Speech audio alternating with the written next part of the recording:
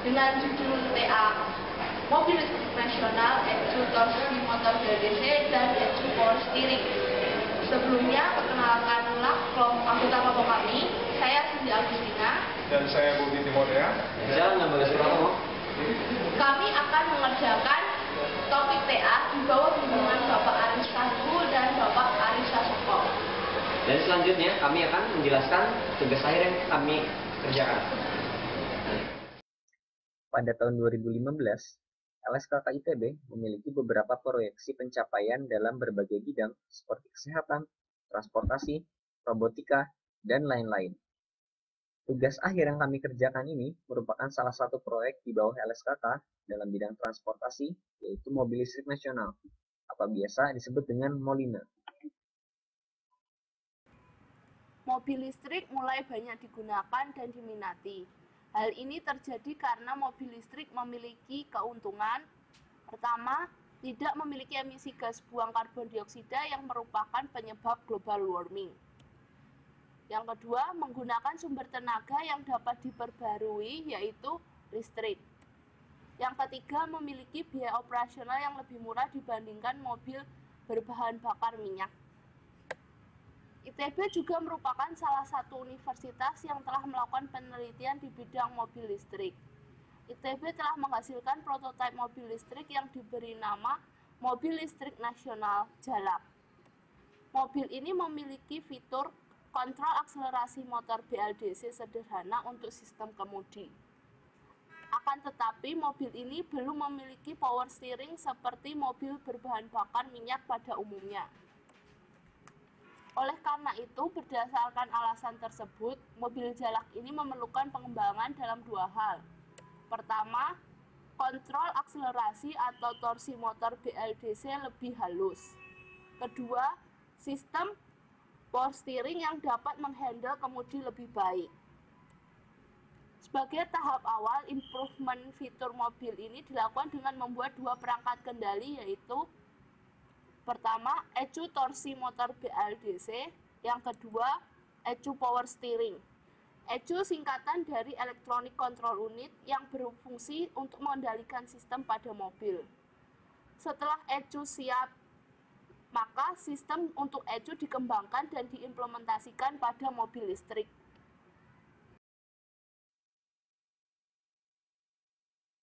ECU torsi motor BLDC. ECU torsi motor BLDC memiliki fitur dasar, yaitu mengatur torsi motor BLDC sesuai input pedal gas atau pedal akselerator. Torsi motor BLDC yang dihasilkan akan sebanding dengan kedalaman injakan pedal gas pengemudi. Karakteristik linearitas ini merupakan karakteristik yang penting pada ECU torsi motor BLDC. Kemudian, sebuah fitur tambahan dari ECU torsi motor BLDC yaitu adalah fitur yang mengantisipasi apabila pedal gas dan pedal rem diinjak bersamaan. Bila pedal rem diinjak, maka ECU akan mendeteksi adanya injakan pedal rem, lalu memutuskan suplai ke arus motor BLDC, sehingga motor BLDC tidak lagi mendapat suplai tenaga meskipun saat itu pedal gas juga dalam keadaan diinjak. Fitur tambahan lain pada ECU torsi motor BLDC adalah fitur yang memperhalus akselerasi pada motor BLDC dengan menggunakan sebuah filter digital. Fitur ini diperlukan pada mobil listrik untuk mengatasi setidaknya dua permasalahan yang berpotensi terjadi. Permasalahan yang pertama yaitu bila pengemudi tiba-tiba menginjak pedal gas dengan penuh sehingga terjadi perubahan akselerasi yang besar dan tiba-tiba, maka motor BLDC dalam kondisi tersebut dipaksa mengeluarkan torsi maksimum. Analogi dari permasalahan dapat dilihat pada grafik berikut. Akselerasi pengemudi yang tiba-tiba digambarkan sebagai unit step input, sedangkan motor BLDC memiliki respons time yang digambarkan dengan grafik output sinyal orde 1. Ketika torsi motor BLDC dipaksa untuk mencapai nilai tertentu, maka ada energi yang hilang sehingga pemakaian energi pada baterai tidak efektif. Permasalahan yang kedua adalah pada kondisi off-road, mobil akan berguncang sehingga kaki pengemudi juga ikut berguncang dan menyebabkan injakan pedal gas menjadi tidak stabil. Akan terjadi ripple pada output pedal gas seperti yang tampak pada gambar. Kedua permasalahan tersebut dapat diselesaikan dengan sebuah filter digital yang dibuat pada ECU sehingga pada kondisi jalan tidak stabil, torsi motor tidak banyak berubah karena ripple dari pedal gas, dan pada kondisi akselerasi tiba-tiba, Sinyal yang diberikan pada motor BLDC bukan merupakan step input, melainkan lebih halus transisinya, sehingga energi yang terbuang dapat dikurangi. Pada grafik di bawah dapat dilihat filter berfungsi untuk menghaluskan perubahan akselerasi pedal gas. Berikutnya, ECU Power Steering. ECU Power Steering memiliki fitur dasar mengatur torsi motor aktuator power steering berdasarkan torsi putar setir kemudi dan kecepatan mobil saat itu. Ilustrasi pada gambar adalah sebagai berikut. ECU menerima data torsi putar setir yang dilakukan oleh pengemudi, lalu ECU mengirimkan sinyal pada motor aktuator power steering untuk mengeluarkan torsi tertentu untuk menggerakkan roda. Dan secara umum, terdapat dua kondisi kerja ECU Power Steering. Kondisi pertama yaitu pada kecepatan rendah, sistem power steering aktif, dan motor aktuator bekerja setiap ada perubahan torsi putar setir dari pengemudi.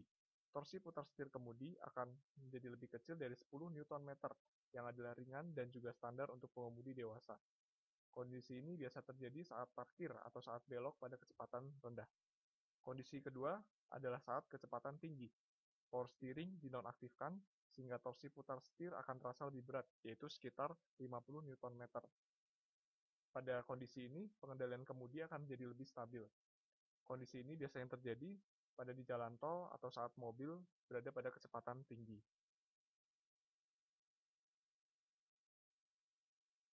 Fitur tambahan dari ECU Power Steering adalah mengatur sensitivitas motor aktuator dan memperhalus putaran motor melalui algoritma kendali yang sesuai. Dengan menggunakan sistem closed loop serta algoritma kendali seperti PID, dapat dicapai kendali motor aktuator yang nyaman serta responsif. Faktor keamanan merupakan salah satu hal yang harus diperhatikan dalam proses desain sebuah produk. ECU yang dibuat tergabung dalam sebuah sistem yang terintegrasi. ECU yang mengendalikan torsi motor BLDC akan terhubung dengan ECU Power Steering melalui jalur komunikasi serial CAN atau Controller Area Network.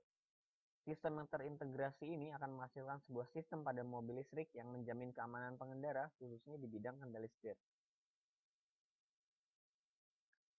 Secara umum, produk ECU ini memiliki beberapa poin karakteristik, yaitu konsumsi daya yang rendah, waktu tanggap sistem yang cepat, ketahanan produk yang tinggi, dengan kata yang lain tidak cepat rusak, dan harga produksinya yang tidak terlalu mahal. Karakteristik-karakteristik tersebut diturunkan berdasarkan kebutuhan sistem yang efektif, efisien, serta faktor keamanan yang tinggi.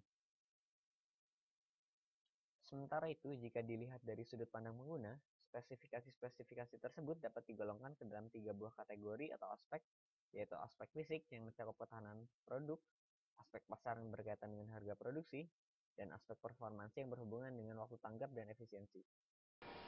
Sekian presentasi dari kelompok kami. Terima kasih telah menyaksikan video ini. Sampai jumpa di